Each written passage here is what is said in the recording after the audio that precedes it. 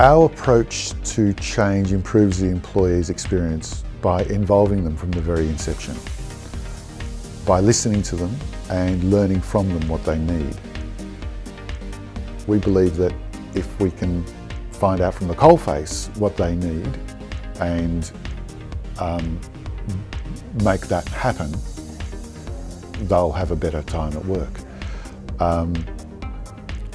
That's essential, really, to us doing our job properly is not only to find out what the CEO wants, but to look at the business, to look at the nuts and bolts and see how we can make it work better, see how we can make the change work better and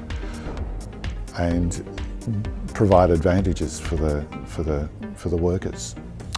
It's also psychologically important to bring them along. You know, they're going to be spending 8 hours a day there.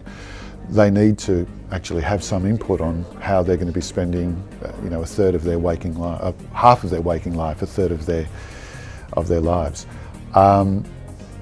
So it's important for them to be involved, to feel like they're involved, and it's important for us for them to be involved from the point of view we need to learn from them.